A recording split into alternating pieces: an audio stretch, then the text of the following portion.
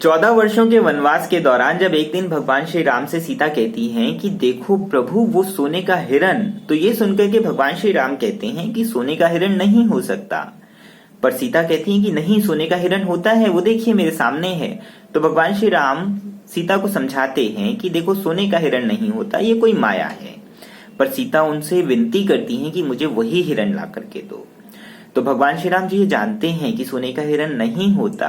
सीता की विनती मानते हुए लक्ष्मण को सीता की रक्षा के लिए छोड़ करके सोने का हिरण लेने जाते हैं।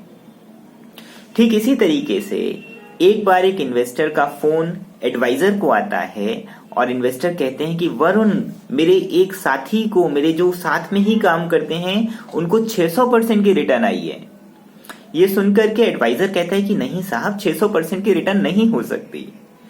तो इन्वेस्टर कहता है कि नहीं, 600% की रिटर्न होती है, वो मेरे साथी को आई है, और तुमने मुझे वो फंड क्यों नहीं दिया, वो एसेट क्लास क्यों नहीं दी जिसमें 600% की रिटर्न आई है।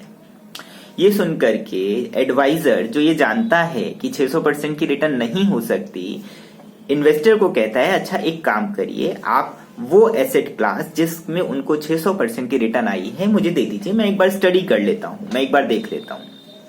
तब तक आप कम से कम अपनी फाइनेंशियल प्लानिंग, जिसके अंदर हमने एसेट एलोकेशन करी है, उसके साथ बने रहिएगा। ठीक उसी तरीके से जब मारीच की आवाज सुनकर के सीता व्याकुल हो जाती हैं और वो लक्ष्मण को कहती हैं कि जाओ अब तुम श्री राम की रक्षा करो, तो लक्ष्मण उन्हें समझाते हैं कि नहीं, भगवान श्री राम संपन्न हैं, सर्वगुण संपन्न हैं, उनको कुछ नहीं हो सकता, वो सक्षम है। तो सीता उनको भला बुरा कहती हैं। तो सीता की बात सुनकर के लक्ष्मण एक लक्ष्मण रेखा खींच करके सीता को समझाते हैं कि आप इसके बाहर मत आइएगा। ठीक उसी तरीके से जैसे एडवाइजर समझाता है कि ये एसेट एलोकेशन है, आप इस एसेट एलोकेशन को खराब मत करिएगा, तब तक मैं आपके लिए रिटर्न्स ढूंढता हूं।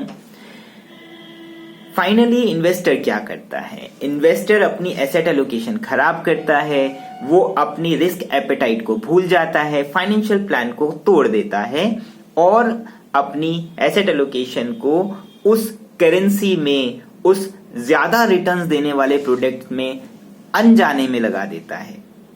और ऐसा करने से जो सीता है, जो अपनी लक्ष्मण रेखा को पार करती है, उसका रावण हरण कर लेता है।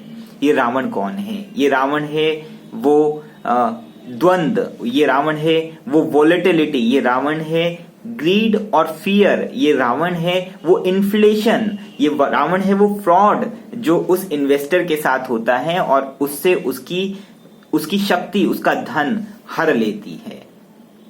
इस पूरी कहानी से हमें ये सीख मिलती है कि इन्वेस्टर को प्रलोभनों से बचना चाहिए, प्रैक्टिकल रिटर्न्स की बात करनी चाहिए और लंबे समय में एसेट एलोकेशन और फाइनेंशियल प्लानिंग का विशेष ध्यान रखना चाहिए।